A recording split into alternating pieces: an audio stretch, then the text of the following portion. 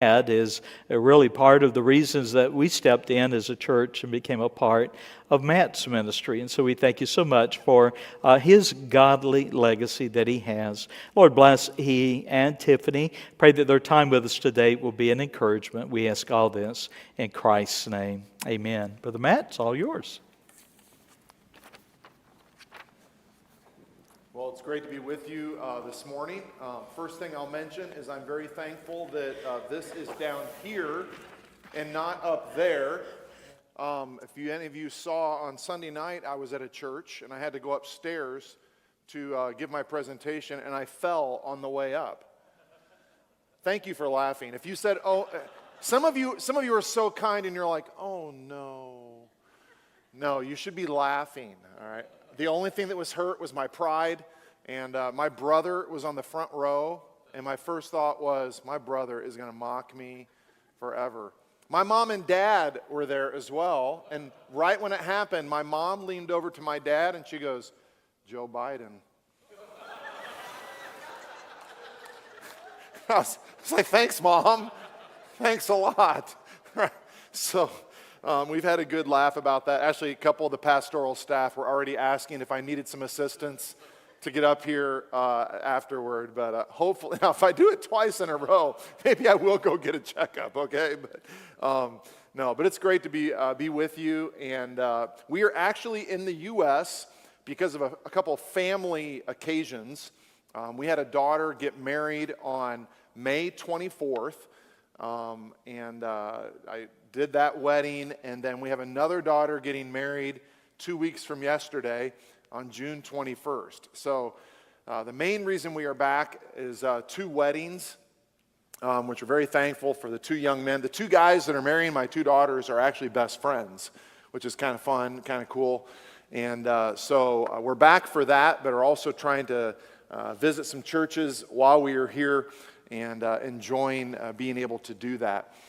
We have been in Hong Kong about 5 years now, and Hillsdale has been supporting us that entire time, actually even before we made it to the field. While we were on deputation, you all started supporting us, and we're just really grateful for your kindness to us, the ministry of the gospel that you are having through us in Hong Kong. And I don't know if you know this, but that's really why missionaries come back to tell you what's going on.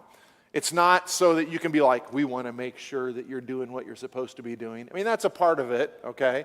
But hopefully that gets checked up on multiple times, right? You have an idea of what's happening. We're not just sitting over there by the pool, all right, and enjoying Hong Kong or by the ocean. We're actually doing things for gospel ministry. But I believe there's several reasons why I love to get an update. One is so you can be encouraged to see how God is using your ministry, specifically your giving and your praying, to help spread the gospel to parts of the world that you're not going to be there for. All right? And we're not the only ones. You've got a bunch of them out there, which is great. So one is to encourage you about what God is doing in places that you can't be. The second thing I love about giving a missionary update is to kind of demysticize what a missionary is. All right? A missionary is not somebody who, like the prophets of old, God called before they were born and they had this special thing on them, and they were the prophets of God. And when they walked in, it was like they had a halo on their head. And I promise you, my wife would give you many testimonies of why this is not true about me, all right? I promise you there's no halo anywhere near me, okay? But what missions is really people just trying to live out their full surrender to Jesus Christ wherever God has called them. It's not any different than you living out your full surrender to Jesus Christ right here in this area where God has called you. It's not that there's some special thing for missionaries. We are no more gifted than any other person in the body of Christ. God has just called us to do something a little different in a different place. And my encouragement to you is to allow, when you hear from missionaries, when you hear from people that are doing something for the Lord different or in a different place than where you are, for you to say, Lord, what should I be doing for you? What should my life be doing in service for you? Because that's really what God has called us all to do.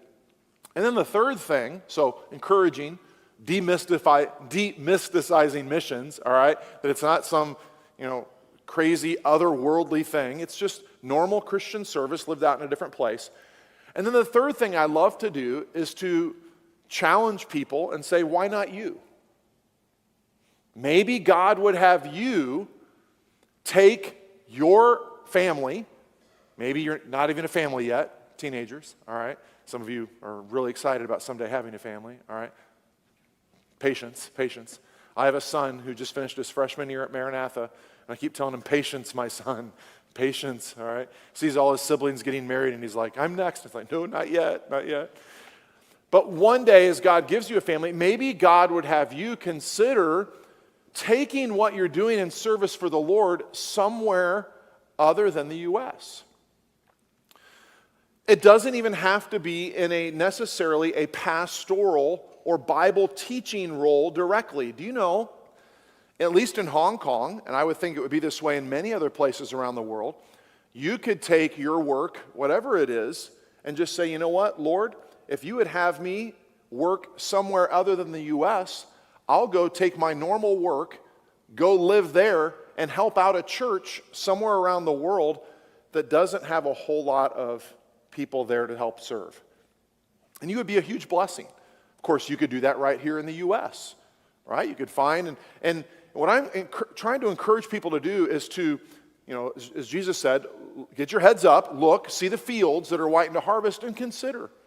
God doesn't call everybody to do that, but He might call you. He might want you to be willing to say, Lord, whatever. Where do you want us to go? What do you want us to do? How can we serve?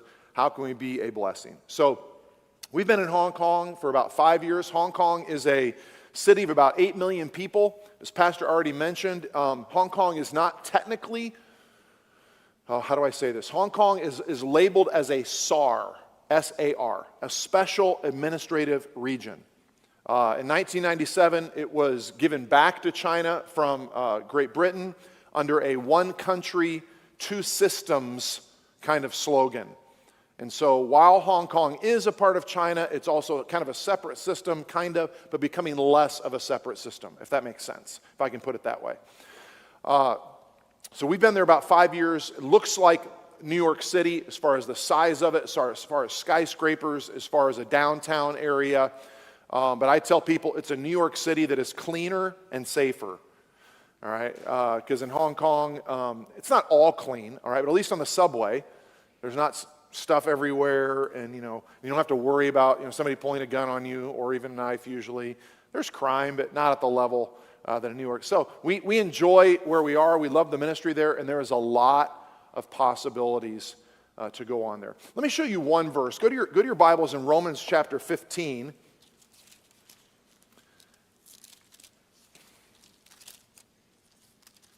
Romans chapter 15. And I'm kind of going to just jump in on this verse. Forgive me for doing that.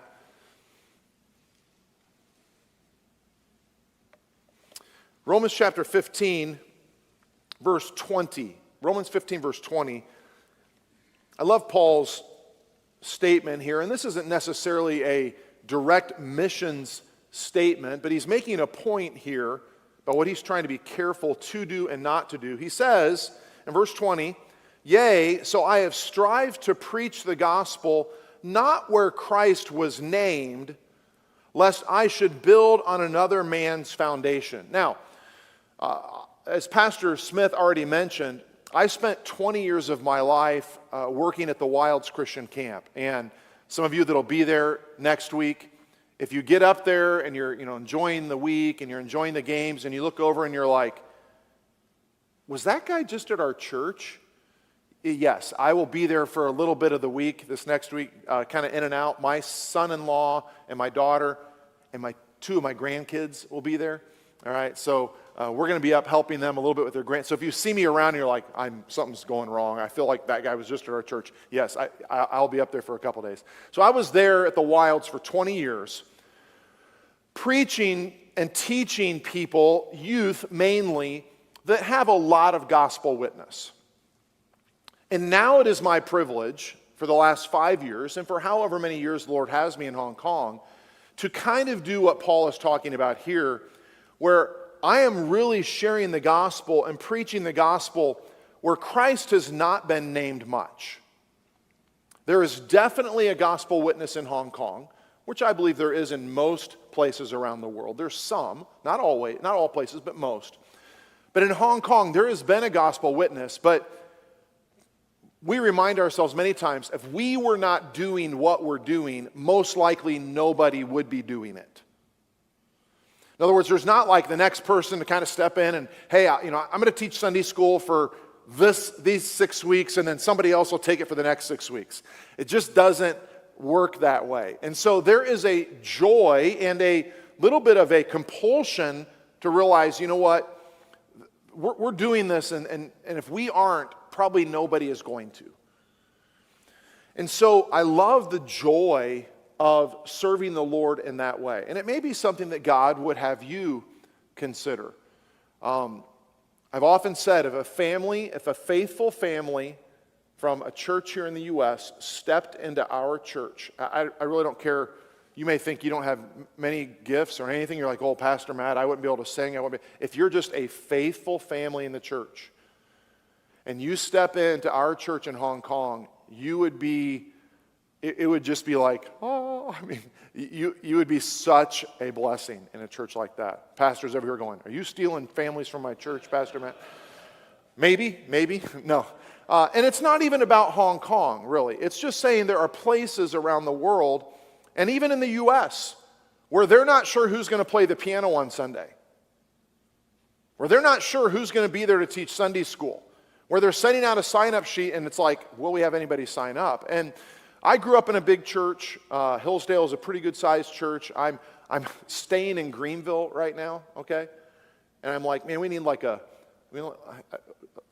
truth tornado to come through and just like, spread everybody out, around the country, around the world, all right?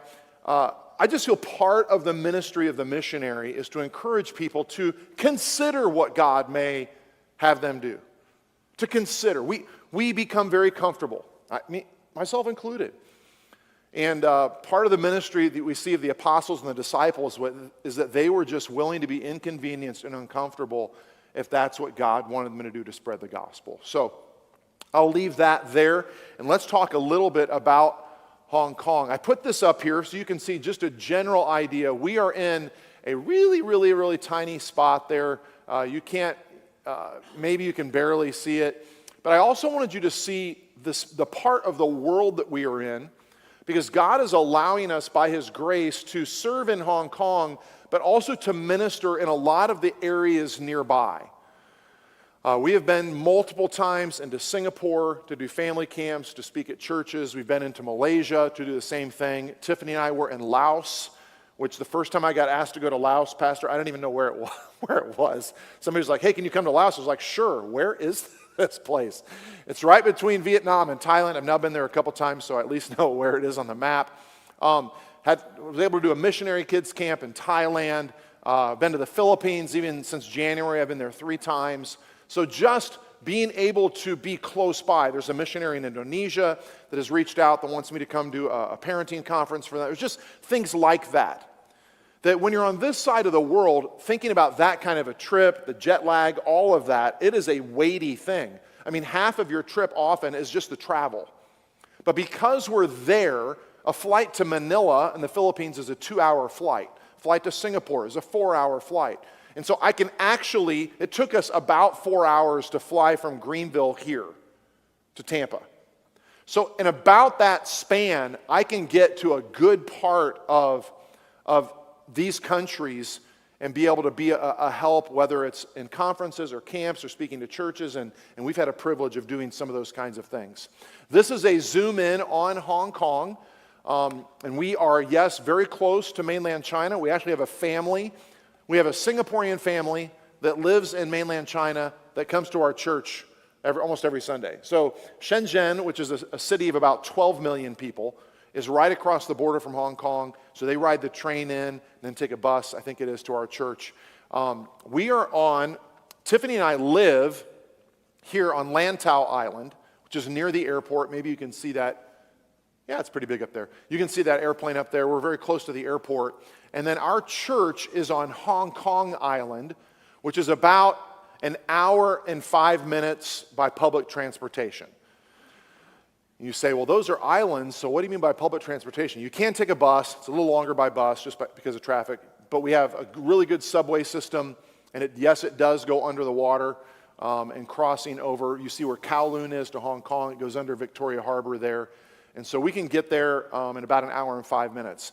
We don't have a car, so public transportation is our way of life, and it's really quite convenient. You can pray. We're considering moving down to Hong Kong Island this next fall.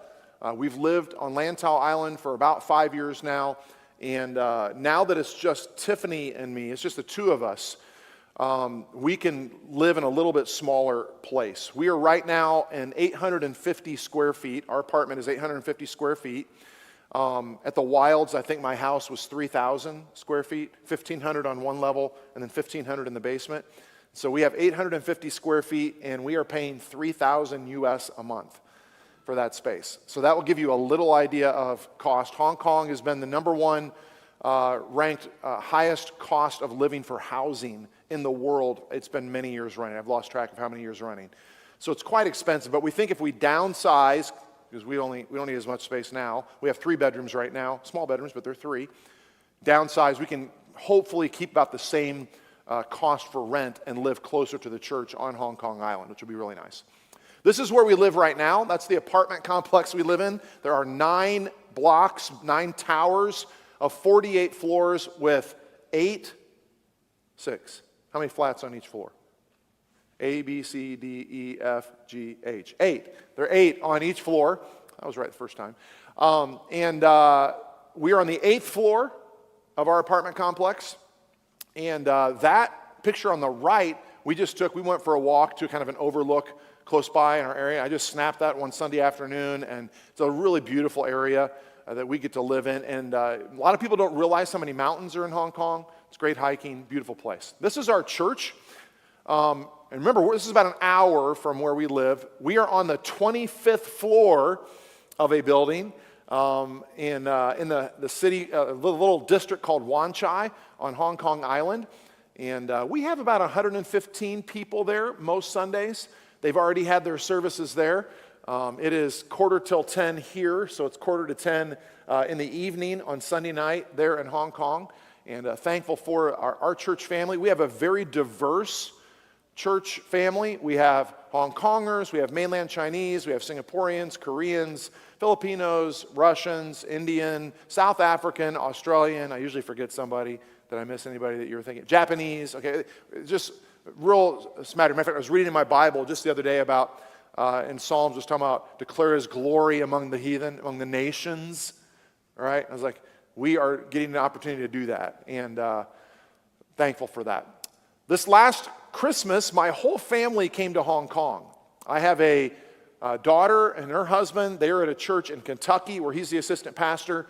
My son and his wife, he is pastoring a church. He just became the head pastor of a church in Kansas. My daughter Annie just graduated from nursing school at Maranatha, got married 2 weeks ago. My daughter Abby taught as a Christian school teacher last year after graduating from Maranatha. She gets married in 2 weeks. And Jonathan just finished his first year at Maranatha. And so they all were in Hong Kong. And yes, my daughter Sarah brought her basically newborn child to Hong Kong. And so she wins the award for being the most awesome and being willing to do that. While we were there, we did a Christmas concert. We rented a hall and did about an hour and a half of music, vocal music, and I rented instruments for all the kids so they didn't have to bring their cellos on the plane. We did string stuff as well. Had about 350 there for that concert, and it was just a great community thing. The gospel was given. The guy that I work with there, I'll say more about in a second, Pastor Johnson, he shared the gospel at the end, and just very thankful for their willingness, my family's willingness to come and be a part of the ministry in that way. This is one of the schools that I was at. I think I was at this school in January. Part of my ministry, when people ask me, what do you do in Hong Kong? Let's say I get in a taxi. They say, what do you do in Hong Kong? I usually tell them I'm doing two things. One, I'm working at a church, and I tell them about the church. And then I say I'm also working in the schools, because I have several schools that I am in routinely to help. And these are Christian schools in name, where the administration will be happy with the Christian part of it, but most of the students and the families that send their students are not Christian. But I have an opportunity to tell them about camp, to share the gospel with them, to try to be an encouragement to them in a general way. So I think the picture on the left, I'm doing Simon Says with all of those students. And then on the right, I was sharing with them about God's love. So this is an open door, really. And it's one of the things that really intrigued me about Hong Kong is because of English, because of the British influence over the years with even some Christianity in it, a lot of the schools have been founded by Christians. And so because the Christian name is still in the school, they'll still throw some flowers towards Christian stuff. And so it gives me an opportunity to be able to be a help in schools in this way. Before I get too much further, let me tell you about the couple that I work with there in Hong Kong. Pastor, what time do I need to be done? 10:10. Okay, good. The couple I work with in Hong Kong, he and his wife started in Harbin, China, which is basically near Siberia. Okay, it's kind of up that area, cold. He started there teaching kindergarten. He graduated from Bob Jones as an art major, then got a master's in church history. Then after being in Harbin, China for a couple years, they came to Hong Kong. He got a full ride scholarship to a local university there to get his PhD in philosophy. He's one of those people, all right? And I tease him about this all the time. He'll say things like, oh yeah, Matt, you've heard about this author, right? And I just kind of go, oh yeah, of course. And I'm thinking, I have no idea who you're talking about. And then I'll tell him later. I said, who is that? He just laughs. But he's a really, really smart guy. But when you have a combination of intelligence, high intelligence, with high graciousness and humility, and a high level of an ability to communicate, what a gift. And that is Pastor Johnson. Jonathan Johnson and his wife, Catherine. She graduated from BJ with an education degree, even got a master's in education. She teaches full-time in an international school there, 3rd grade, is that right? And then Pastor Johnson teaches full-time at Hong Kong University, which is basically like I would always tell people the Harvard of Asia, but now that's a really bad thing, okay? So it's one of the high-level schools in Asia. And so he teaches a class. One of the classes he teaches is called Life Worth Living. This is in a secular university. He teaches a course called Life Worth Living. He goes through every major religion of the world, most of the major religions of the world, the top ones. And the last 2 weeks of his class, and I've been there for these two classes, he gets to teach on biblical Christianity. And right at the beginning, he tells them what he believes. He tells them he's a pastor. And he has just had an open door. I'm not even sure you could do this in secular universities in the U.S. And it's just been a really great ministry for him. 2 years ago, they were asking him to increase his load at Hong Kong University. And he felt the Lord was opening doors there. And so he came and asked me, when I went to Hong Kong, I was the assistant pastor serving under him. When this happened, he came to me and said, Matt, would you be willing to consider taking the lead role in the church? I could then assist you, and that way I could still be able to keep up with what God has opened up for me at this university. And I said, absolutely. And it's been great. We work together really well. We have a great relationship. Lots of good fun together, and so it's a privilege to serve with him. This is the ministry that we had in Laos. This was a family conference that Tiffany and I were able to speak at. Quick funny story, we had a split session, Pastor, and Tiffany went to speak to the ladies, and I was speaking to the men, and the guy that was translating for me, they had never used before. And about halfway through my talking, I saw all these people scurrying, and I had no idea what was going on, and they're going out, and finally the son of the pastor there, the local, the son went out and said, Dad, he's not translating anything Pastor Matt is saying. And so I spoke the whole time, and he said something else. I have no idea what. That's the first time that's ever happened to me. But anyway, that guy didn't translate for them anymore. But we had a great time there in Laos. It's the only country I've ever been in that doesn't have a McDonald's. I'm like, well, it's just interesting. I've not been to Africa. Okay, I've not been that. But I've been to Mexico. I've been to, all over the world. And Papua New Guinea. And I was like, well, they don't have, but it was a good time. This was something we did this last year. We did a parenting, we called it parent coaching from the Bible, and really opened up some doors in our community. And then also, I'm going to be doing this in Singapore in the fall, and I already mentioned possibly going to Indonesia. I've got a group in the Philippines who would like me to come do this as well. Apparently, it touched a nerve. And I know it's an issue here in the U.S., but apparently it's something people are dealing with. We realized it, and as I was teaching through Ephesians in our church, get to Ephesians 6, people were like, we need more of this, please. And so this was something we did, and it's been received really well. I'll just put this up here. This is an avenue the Lord has opened for me to have a ministry with some guys. The picture on the right, I just put up because everybody's like, oh yeah, I'm sure you dominate in Hong Kong because you're like taller than everybody. Well, there's my team, okay? And you can see I'm maybe the third tallest, and that's pretty normal. There's a lot of height there. The picture on the left I put up, this is a group of guys. The coach is a Christian. He found out I was a Christian, and he said, would you be willing to come and train with us every Tuesday night? They're a Division III team. Would you come train with us? And at the end of our training, would you share something from the Bible with these guys? And so I do that most Tuesday nights when I can. I don't keep up with them because they're all young, as you can see.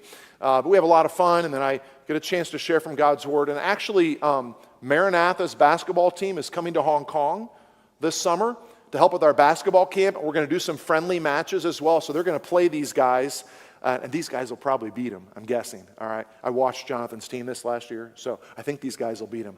But anyway, so we'll have a good time with that, and then the guys from Maranatha will share their testimonies with them. And so I'm just excited for some of these connections God has given for us. This is our church recently on our anniversary Sunday. And so you can see Tiffany and I and Pastor Johnson and Catherine right there in the front, and then the whole rest of the group. I wish I could tell you stories about all these people, about what God is doing. I'll just give you one quick one. There's a couple in this picture that she is from Taiwan, okay, Taiwan.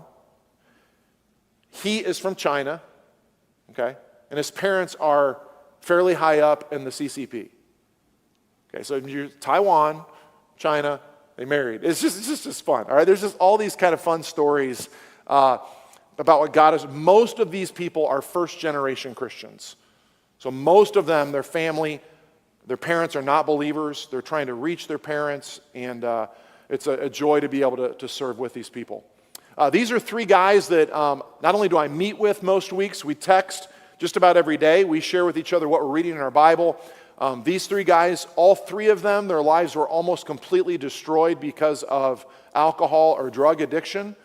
And the guy in the front, Wilmar, he's my bud. I mean, they're all my buds, but Wilmar has been, I've probably been meeting with him every week for 5 years. Not literally every week, but almost every week for 5 years. And these other two guys, you pray for them. They have things that are a struggle for them, but they're desiring of growing. They're sharing what they're reading in their Bible, and a couple of them, their family situation is still a struggle. So you pray for these guys as God continues to work in their hearts. I saw you have your VBS coming up. We have our VBS coming up.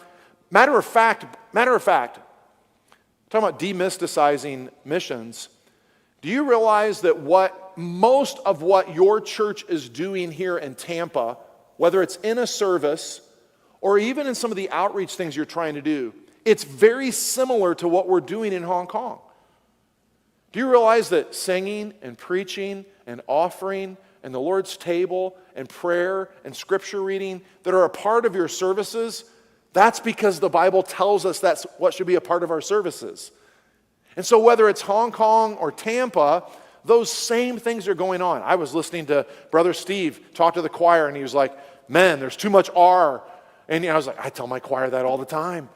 And because most of them, English is their second language, It's even a little bit harder, all right? But they were singing a song, rehearsing a song. I'm like, hey, our choir just did that one a little bit ago. It's just fun. Our choir doesn't sound anything like that, okay? But they're learning, they're growing. And, VB, just things like this. We're seeking to be able to reach out. We did our first VBS last year. We had, I think, over 40 on the last night. No? Over 30 on the last night. I'm just getting excited. Okay. Over 30 on the last night. We already have, I think, 15, something like that, signed up for this year. And so we'll see how that goes.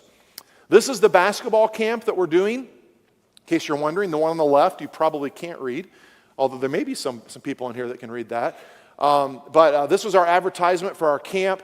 The Maranatha basketball team will be there. This is our 4th year to do basketball camp.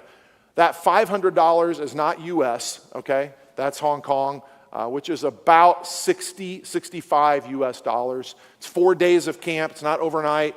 3 different age groups. And right now we have 130, pretty close, 130 signed up for that. We have over 50 in the 6 to 8-year-old group, over 50 in the 9 to 12-year-old group, and around 28 to 29 in the 13 to 18-year-old group. And so we're very excited for that. People are still signing up. I can't take any more than the 50. You think about 50 kids at a basketball camp. Thankfully, I've got all those guys to help me, okay? Because if I didn't, you only have a few goals, and it'd be chaos. It'd be chaos anyway. But there's a few pictures from last year's basketball camp. It was basically my son and I and Tiffany at the registration table. And by the way, the registration table is crazy. T-shirts, you guys, you've seen that. But this is our summer camp. This is like going to the wilds in Hong Kong. Okay, that's the easiest way for me to describe it. It's not a full week. We start on Sunday afternoon and go till Wednesday morning for the junior age. And then we go from Wednesday afternoon to Saturday morning for the teenagers. Okay, so it's a little shorter. But our first year, we had around 40-something total between junior camp and teen camp. Last year, so that was 40, maybe 45. Last year, we had 150. And this year, right now, we have 108 plus 80, right around that. So 188, somewhere in there, signed up. So it's continuing to grow. Our primary camp has a waiting list of about 50 on it right now. So it's just exploding. And in the main service, I'll show you a short video clip of last year's junior camp. So you can kind of see what it's like and what's going on there. I think that's all I have. Oh yeah, here's the picture of the group. This is the teenagers. This is the secondary group along with the staff. And we bring counselors. We had counselors from Singapore last year. We also had counselors from the U.S., and doing the same thing again this year. My brother Mark has been with me every time we've done this. This will be our 3rd year, and he's just a huge blessing to be able to say, hey, go do that, and he knows what I mean, and I don't even have to worry about it. So that's been a wonderful help. Since we expanded, we had to get a few more counselors this year. So in the future, if you're a young adult and you're like, hey, I could go do that for a week. Keep that in mind as far as an opportunity to serve. This was our primary camp. We're inside because it was raining a lot that week, but you'll see a little bit more on a video from this group. We've got a couple minutes. Let me give you, anybody have any questions about Hong Kong? Let me answer a couple really quick. A couple questions that come up. How do you like the food? The food is amazing. All right, think big cities, you've got a lot of options. So we eat a lot of Vietnamese, we eat a lot of Indian, eat a lot of Thai food. The local Hong Kong food is pretty good. We do like dim sum, if you've had that before. That is a big thing for Hong Kong. A lot of the Chinese food we like. We have had chicken feet. It's not bad, it's just not much meat. It's just kind of more trouble than it's worth. We do not like durian. If you don't know what that is, just thank God, okay? Although I had somebody message me from Hong Kong. I said this to somebody, and they messaged me from Hong Kong last week and like, we love durian. We can't believe you don't like it. You just haven't tried the right kind. And they said, you need to try Malaysian durian. I wrote back, tried it. And I did a thumb down, So anyway, all of our ministry is in English. We do know a little bit of Cantonese, but a very little. English is very prominent in Hong Kong. Periodically, I run into a situation where not speaking Cantonese is a problem, but most of the time, English is just fine. So, yes, was that a question? Yeah. Great question. Great question. How do you interact with the other religions? So, Tiffany and I were just commenting on this. Probably about a month and a half ago, we were on a walk, and I just said, one of the things that's been really, really good for us is to realize that most of the people we talk to don't have a background of biblical Christianity, right? They don't even have that foundation. Now, it's probably changing a little bit here in the U.S., but at least when I was growing up, most of the people had a connection to the Bible. They at least knew, and there it's just not the case. And so just simply sharing with them about who God is, what we believe the Bible teaches, why we believe the Bible is our source of truth, what makes it different than the Book of Mormon and the Quran, why is it more reliable, more trustworthy, pointing out some of the things with Buddhism is a big deal there, ancestor worship is a big deal, and as we even talked just a couple days ago, materialism is just the love of money, just getting all you can. And you say, it sounds like America. Yeah, I mean, it's a big deal there. And so demonstrating the love of Christ to them, helping them see that there is hope in Jesus Christ. Hong Kong's suicide rate is very high, okay, because there's not a lot of hope for them about making it in life, especially for young people. If they don't get good grades, they can't get into the universities there in Hong Kong. It means they can't get a good job, which means they can't make it. I mentioned about the housing market. They can't survive, so they end up having to live with their parents. And there's just all of these things. And so trying to show them the joy of the Lord, just interacting with a smile makes a big difference when people ask questions, especially as a white person. Right? Unfortunately, a lot of the white people there are snobby and put offish, and just trying to show kindness goes a long way in that way. But yeah, great question. Yes? How about the generic awareness of volcanic tectonic activity along the entire ring of fire? Well, you just went above my pay grade. Number one, Hong Kong does not have many earthquakes. We don't have any volcanoes. Not that I know of. Yeah, I don't think anything is. So obviously, Japan has had some earthquakes. Taiwan has had some earthquakes even recently, but Hong Kong has not been impacted by those. I believe that. Yeah, we just haven't. We get typhoons, and that's about the extent of our bad weather. So I tell people, and this will connect with you all. If you want to think about how the weather is in Hong Kong, check Miami. Miami is very similar climate-wise to what Hong Kong is, and almost corresponds by the day. Not exactly. Like it gets really cold into the low 50s, all right, there in Hong Kong, and but that's about it. So, yeah, good question. Yes?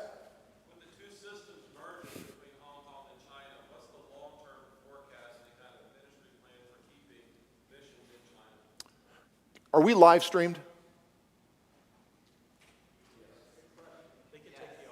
Can we pause it for a second or shut it down for a second? I'll answer this question.